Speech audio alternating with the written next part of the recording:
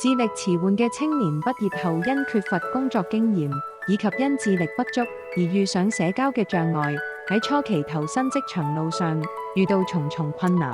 咁我哋希望咧透過三方合作啦，有我哋嘅日間活動中心暨宿舍、特殊學校、職業復康服務，能夠提供就業培訓同埋實習機會。計劃協助殘疾人士探索及發展工作潛能，增加佢哋嘅工作經驗同自信，為未來就業作好準備。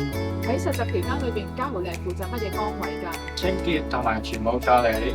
咁喺成個實習裏邊，你學咗啲乜嘢啊？我學咗廚務，仲有掃地、拖地、洗廁所。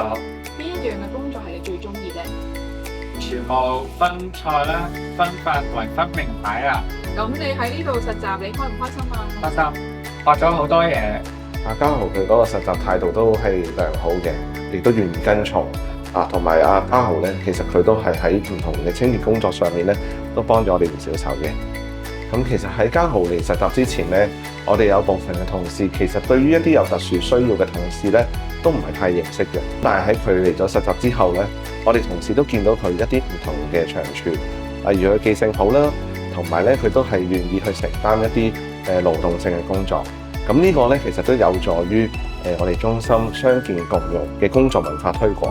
我覺得呢個計劃好好啊！佢其實實習前喺屋企咧係一個比較被動嘅小朋友嚟嘅。咁實習完之後，其實睇到佢係有一個好大嘅轉變啦。喺溝通上邊咧，其實真係多咗一份同理心。咁我相信呢啲都係中心學到嘅。好多謝中心，即係俾呢個機會我哋呢個青年人咧去學習啦，同埋去實習啊，都見到佢成長咗，係多咗嗰份自信心，真係好開心。多謝晒。我哋都多謝你咁信任我哋。其實我哋見到同學仔咧，大致都適應喺中心嗰個嘅工作嘅模式。咁我見到同同事之間個相處都非常之好啊！最重要咧就係其實同學仔嘅工作大大舒緩咗咧中心清潔嗰個工作嘅壓力。咁同埋咧達到咗我哋嗰個傷健共融嘅目標啦。咁今次我哋嘅計劃咧，最後可以咧就聘用到2位嘅實習嘅同學。咁大家頭先見到影片裏邊嘅嘉豪咧，佢即將都會成為我哋明德中心嘅其中一位職員。咁另一位嘅同學咧，就會去我哋嘅靈實醫院嘅便利店咧擔任呢個店務員嘅。咁所以呢個計劃最後個結果咧，可以為超額完成。只要我哋有適切同埋完備嘅培訓計劃同埋支援嘅配套啦，咁其實殘疾人士咧一樣可以發揮到佢哋嘅潛能，成就佢哋公開就業嘅目標嘅。